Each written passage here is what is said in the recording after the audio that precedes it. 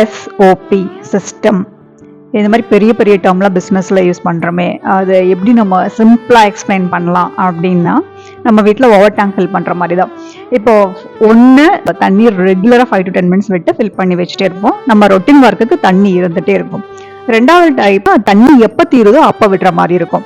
இப்போ சமைச்சிட்டு இருக்கும்போது, கிளீன் பண்ணிட்டு இருக்கும்போது, அந்த மாதிரி நம்ம வேலை செஞ்சுட்டு இருக்கும்போது பாதியில தண்ணி நின்னுது அப்படின்னா நம்மளால அந்த ஒர்க் கண்டினியூ பண்ண முடியாது. அந்த ஒர்க் அப்படியே நிறுத்திட்டு நம்ம 5 to 10 மினிட்ஸ் போய் இந்த மோட்டரை போட்டுட்டு வந்துட்டு அதுக்கப்புறம் தான் அந்த ஒர்க்கை கண்டினியூ பண்ண முடியும். ஸோ நமக்கு அந்த ப்ரெஷர், அப்போ ஆகிற ப்ரெஷர், ஐயோ டைமுக்கு முடிக்க முடியலையேங்கிற ப்ரெஷர் வந்து இந்த ஹோல் டே இருக்கும். ப்ளஸ் நம்மளால் டைமுக்கு சமைச்சு முடிச்சிருக்க முடியாது, டைமுக்கு பஸ்ஸை பிடிச்சிக்க முடியாது, டைமுக்கு ஆஃபீஸ் போய்ட்டு முடியாது. அந்த மாதிரி கான்சிக்வன்ஸ் போயிட்டே இருக்கும். இந்த மாதிரி ஒவ்வொரு பிஸ்னஸ்க்கும் ஒவ்வொரு யூனிக் எஸ்ஓபி இருக்குது, நம்ம தெரிஞ்சு வச்சுக்கணும்.